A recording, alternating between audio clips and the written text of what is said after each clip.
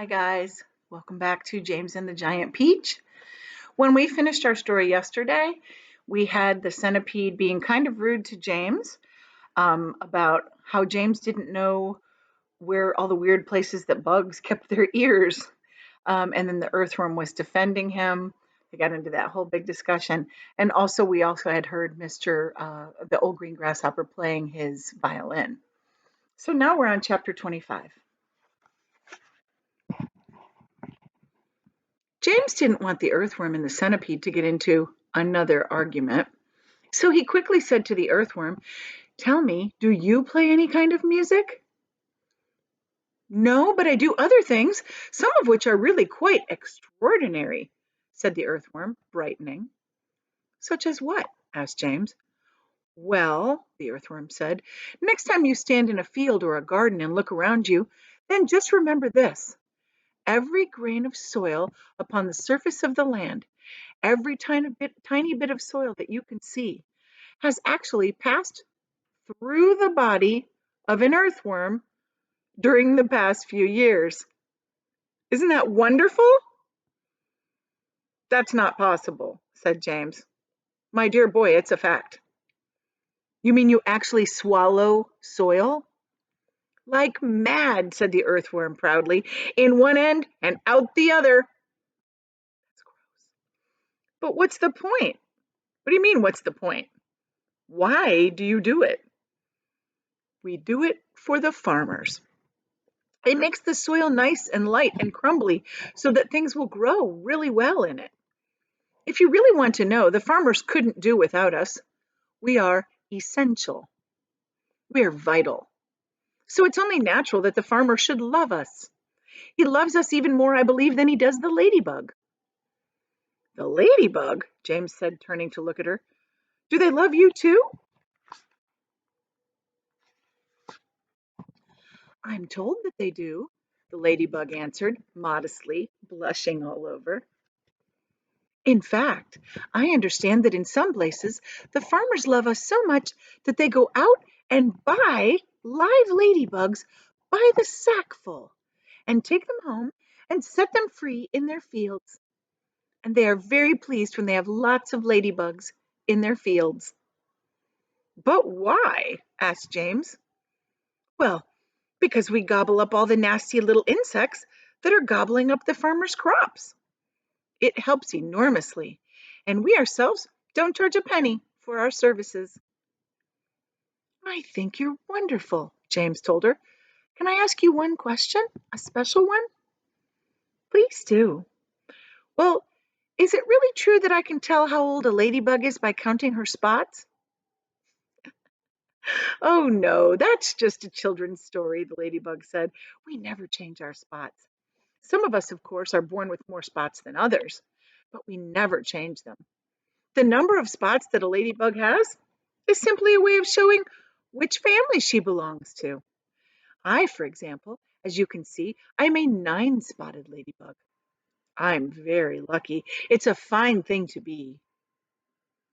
"It is indeed," said James, gazing at the beautiful scarlet shell.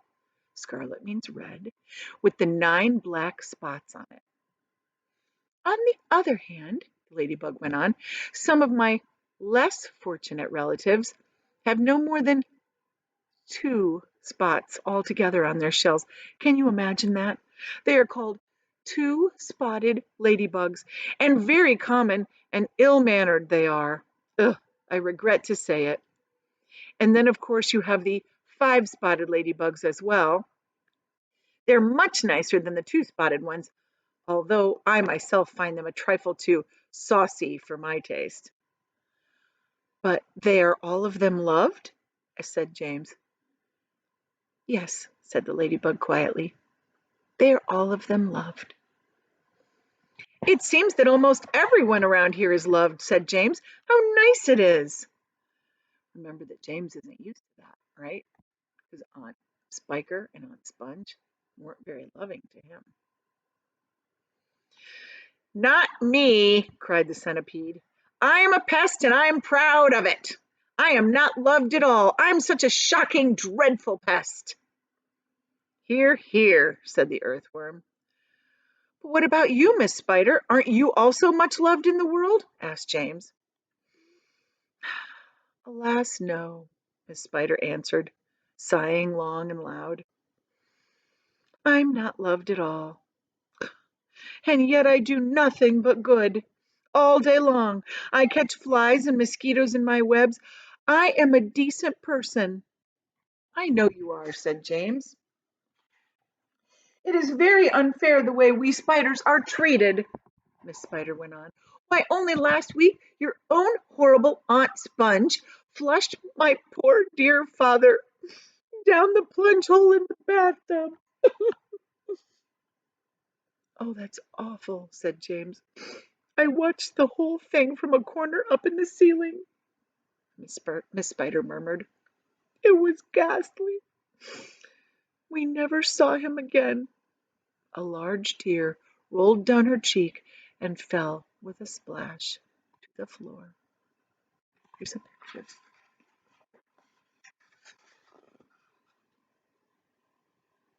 So sad. I don't think I missed a picture on the previous page. Oh, I did. I missed this picture. This was James looking at the ladybug. Sorry, I forgot to tell you that one. That's a really big ladybug. I didn't think about that. Think about if you saw a ladybug that big compared to you. That'd be kind of creepy. But is it not very unlucky to kill a spider? James inquired, looking around at the others. Of course it's unlucky to kill a spider, shouted the centipede. It's about the unluckiest thing anyone can do. But look what happened to Aunt Sponge after she had done that. Bump.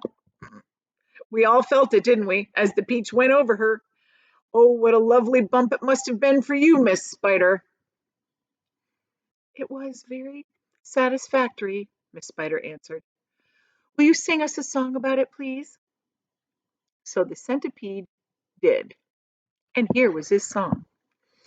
Aunt Sponge was terrifically fat and tremendously flabby at that. Her tummy and waist were as soggy as paste. It was worse on the place where she sat.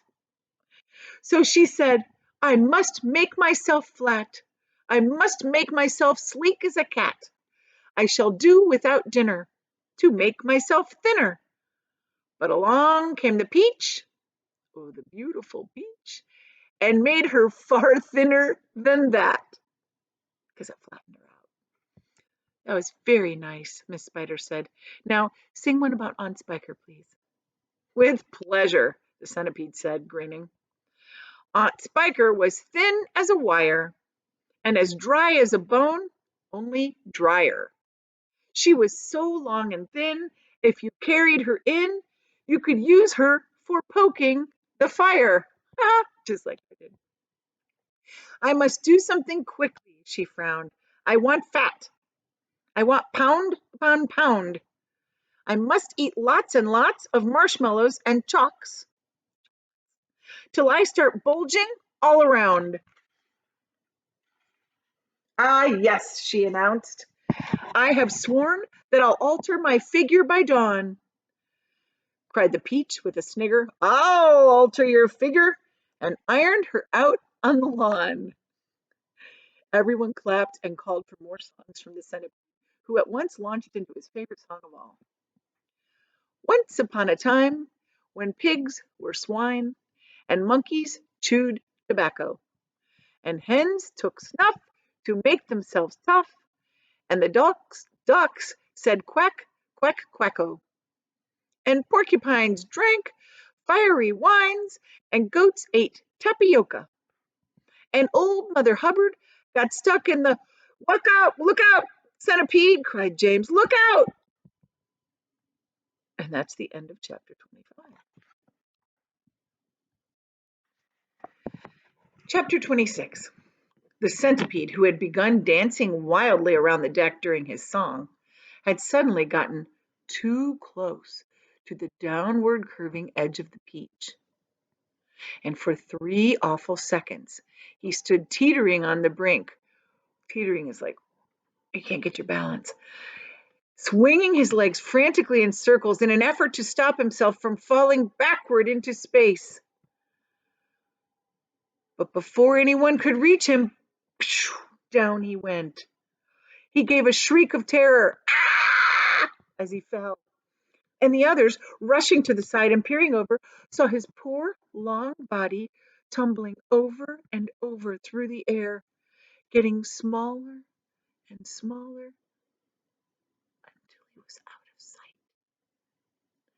"Silkworm!" yelled James. "Quick! Start spinning!" The silkworm sighed, for she was still very tired from spinning all that silk for the seagulls. But she did as she was told. "I'm going down after him," cried James, grabbing the silk string as it started coming out of the silkworm and tying the end of it around his waist. "The rest of you hold on to Silkworm so I don't pull her over with me. And later on, if you feel 3 tugs on the string, start hauling me up again." He jumped, and he went tumbling down after the centipede, down, down, down, down, towards the sea below. And you can imagine how quickly the silkworm had to spin to keep up with the speed of his fall. "We'll never see either of them again," said the ladybug. Oh dear, just when we were all so happy too." Miss Spider, the glowworm, and the ladybug all began to cry. So did the earthworm.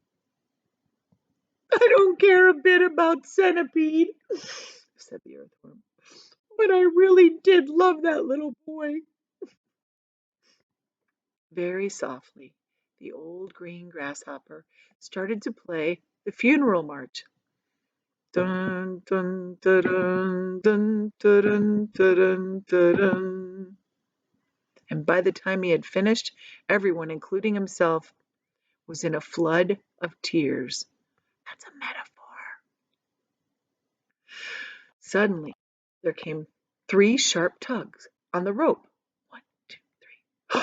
"Pull!" shouted the old green grasshopper. "Everyone get behind me and pull!" Here's a picture.